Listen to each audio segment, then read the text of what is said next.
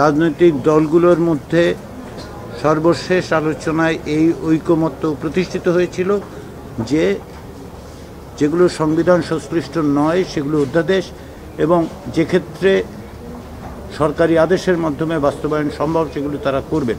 অর্থাৎ সরকারের পক্ষ থেকে যেন এই উদ্যোগটা নেওয়া হয়। আমরা সরকারকে সে বিষয়ে অবহিত করেছি এবং এইসব পদক্ষেপ নেওয়া হচ্ছে। সংবিধান সংশ্লিষ্ট বিষয়গুলো বাস্তবায়নের পথের ক্ষেত্রে আমাদের বিশেষজ্ঞ প্যানেল আগে দুটো বিষয়ের কথা বলেছিলেন। তার একটি হচ্ছে গণভোট, আর একটি হচ্ছে বিশেষ সাংবিধানিক আদেশ।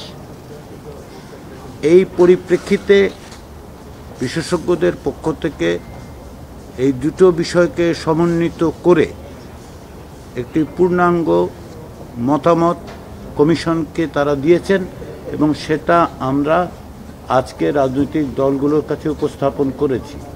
আমাদের বিশেষজ্ঞ প্যানেলের কাছ থেকে যে সুপারিশ পাওয়া গেছে, যেটা তারা বলছেন যে তারা ঐকমত্য কমিশনকে এই মতামত দিচ্ছেন যে আমরা এটা সরকারের কাছে সুপারিশ হিসেবে হাজির করতে পারি। তারা বলছেন যে অন্তর্বর্তী সরকার একটি কনস্টিটিউশন অর্ডার, যেটা জুলাই ঘোষণার 22 দফা অনুসরণ করে ঘোষণা করতে পারে। এই কনস্টিটিউশন অর্ডার এর মধ্যে থাকবে যে কোর রিফর্ম, যেগুলো মূলত সংবিধান সংশ্লিষ্ট যে সমস্ত সংস্কারের কথা বলা হয়েছে সেগুলো থাকবে। তারা বলছেন যে এই কনস্টিটিউশন অর্ডারটি পরবর্তী সময়ে, অর্থাৎ যেদিন পরবর্তী জাতীয় নির্বাচন অনুষ্ঠিত হবে সে একই সময়ে গণভোট করা যেতে পারে। এবং যেই অর্ডারের কথা তারা বলছেন কনস্টিটিউশন অর্ডার, তার মধ্যে ওই গণভোটের বিধানটি অন্তর্ভুক্ত থাকতে পারে। তৃতীয় যেটা তারা বলছেন যে এই যে কনস্টিটিউশন অর্ডার সেটা ইমিডিয়েটলি ইফেক্টিভ হবে যখন এটা ঘোষণা করা হবে, তবে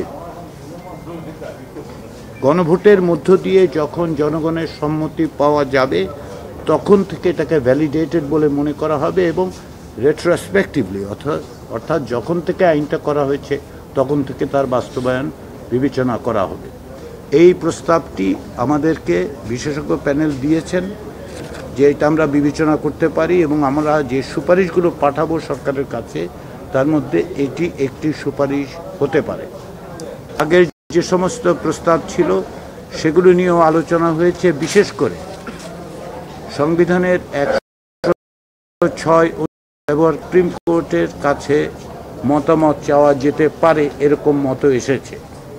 আমরা এই মতামতগুলোর পাশাপাশি রাজনৈতিক দলগুলোর কাছ থেকে এক ধরনের অনানুষ্ঠানিক অনুরোধও পেয়েছি। সেটা হচ্ছে তারা তাদের নিজেদের মধ্যে আলাপ আলোচনা করে এক জায়গায় আসার চেষ্টা করছেন। সেই রকম সমস্ত বিবেচনায় আজকে এই সমস্ত প্রস্তাবগুলো রেখেই আমরা আমাদের এই বৈঠক মুলতবি করেছি। আমরা রাজনৈতিক দলগুলোকে কিছুটা সময় দিতে চাই, যেটা তারা অনুরোধ করেছেন, যাতে পারস্পরিক আলাপ আলোচনার মধ্য দিয়ে বিকল্পগুলো কমিয়ে আনতে পারে। আমরা চাই আমাদের পক্ষ থেকে, ঐকমত্য কমিশনের পক্ষ থেকে সরকারকে একাধিক বিকল্প পদ্ধতি সুপারিশ করতে। সেজন্য এখন যেটা আছে প্রায় 6টির মতো আছে রাজনৈতিক দলগুলোর কাছ থেকে, আর এখন বিশেষজ্ঞ প্যানেলের কাছ থেকে একটি আমাদের হাতে আছে। তো আমরা চাচ্ছি এটা আরও কমিয়ে আনার জন্য, এবং এই ক্ষেত্রে রাজনৈতিক দলগুলো যদি আরও কাছাকাছি আসতে পারে তাহলে সংখ্যাটা কমবে, সরকারের জন্য বাস্তবায়নের বিবেচনা সহজতর হবে। সেই বিবেচনার থেকেই আমরা এখন মুলতবি করছি আলোচনা।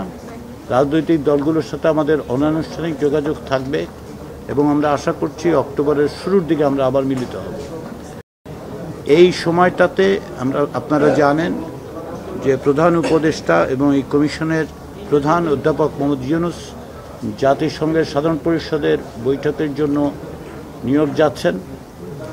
আমরা এই আলোচনাটা অব্যাহত রেখে এমন চূড়ান্ত অবস্থায় পৌঁছতে চাই যখন তিনি ফিরে আসবেন, যাতে করে তার কান্ডার সুপারিশগুলো নিয়ে আলোচনা করতে পারি তার সঙ্গে, এবং যদি আমরা সকলে একমত হতে পারি বা কমিশন যখন এই মতামতগুলোর ক্ষেত্রে সুনির্দিষ্ট সুপারিশ করার মতো অবস্থায় উপনীত হবে, সে সময় যেন আমরা কমিশনের প্রধান এবং মাননীয় প্রধান উপদেষ্টার কাছে সুপারিশগুলো উপস্থাপন করতে পারি।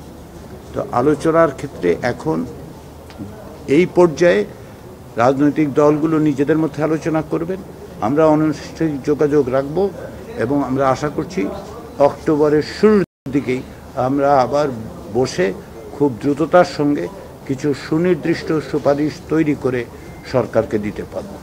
সবাইকে ধন্যবাদ।